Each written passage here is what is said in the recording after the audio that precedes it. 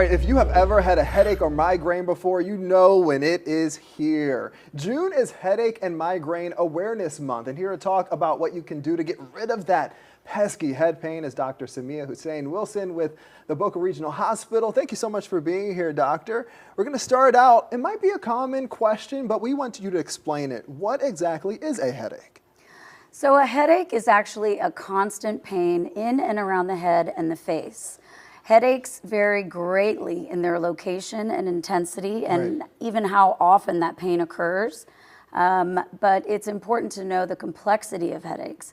They can occur in the nerves in our scalp, in the nerves in our face, in our mouth, in our throat, in the muscles in our head, neck, and shoulders, and even in the blood vessels on the surface of our brain. So even if you have that neck pain coming from the head, that's considered a headache? Absolutely. Okay, and let's talk about the difference between a headache and a migraine. How do you know?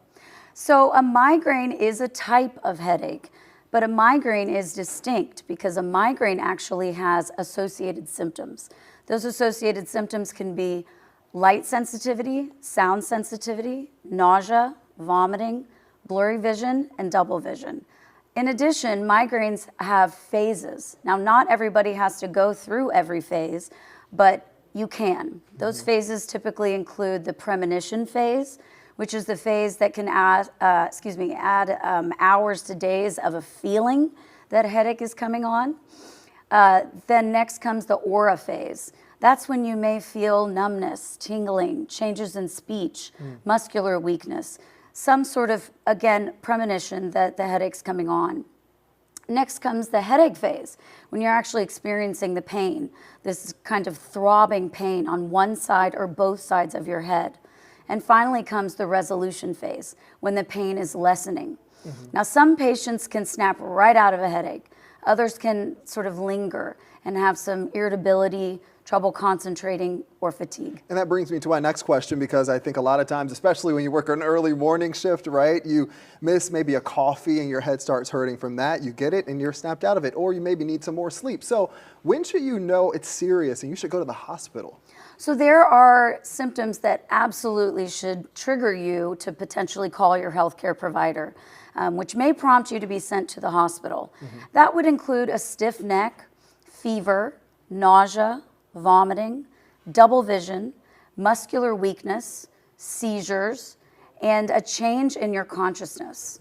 And when we leave people off with this awareness month, is there anything you want to talk about when it comes to how often people suffer from headaches and why some people are more prone to them than others? So women are actually 3 times more likely to suffer from migraines. Women are actually 50% more prone to tension headaches as well, which is a type of headache that feels like a pressure and a tightness, almost like a band-like sensation around the head. And the triggers really are that sort of make people more prone to headaches would be, as you mentioned, maybe lack of caffeine, lack of sleep, poor eating habits. Maybe they wear a tight head belt at work. Maybe their prescription on their glasses is incorrect. Okay. That's a good one. Right. And so, you know, we have to be mindful of these triggers, and it's important to keep a diary of these triggers so that you can bring that to your healthcare provider, present them, and see what the next steps are. Important information. Thank you so much, doctor, for coming by and reminding people of this during this Awareness Month. We've been doing stories as well on Headache and Migraine Awareness Month. Right now, you can go to our website, WPBF.com, to find those and to a link for more information on what we just talked about.